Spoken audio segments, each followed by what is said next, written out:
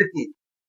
هتلاحظ إن الأس هنا عدد سالب، فلازم نخلص من إشارة السالب اللي موجودة في الأس.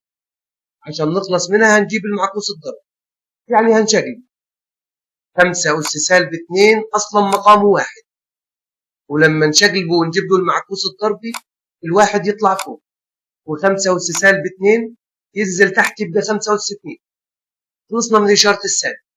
الكلام ده بيساوي البسط يفضل زي ما هو 1، و5 أس 2 بتساوي 25. هضرب 5 في نفسه مرتين يبقى 1 على 25. 3 أس سالب 3. هتلاحظ برضو إن الأس عدد سالب، فلازم نخلص من إشارة السالب اللي موجودة في الأس، يعني هنشقلب هنجيب له المعكوس الضربي. هو 3 أس سالب 3 ده مقامه 1، لما نجيب له المعكوس الضربي الواحد يطلع فوق، و3 أس سالب 3 ينزل تحت يبقى 3 أس 3. خلصنا من إشارة السالب. الكلام ده بيساوي الواحد في البسط ينزل زي ما هو، 3 أس 3 يعني 3 في نفسه 3 مرات، 3 في نفسه 3 مرات هيساوي 27. 3 في 3